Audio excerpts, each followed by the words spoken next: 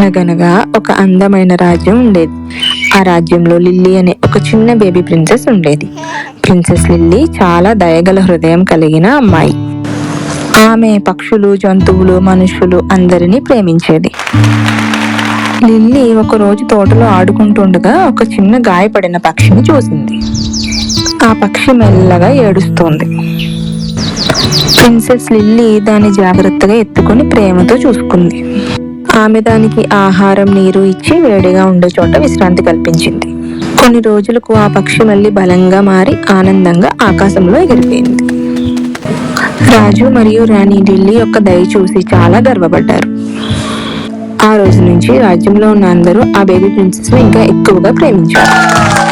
Moral ఏంటంటే దయ మనిషిని నిజంగా అందంగా మారుస్తుంది.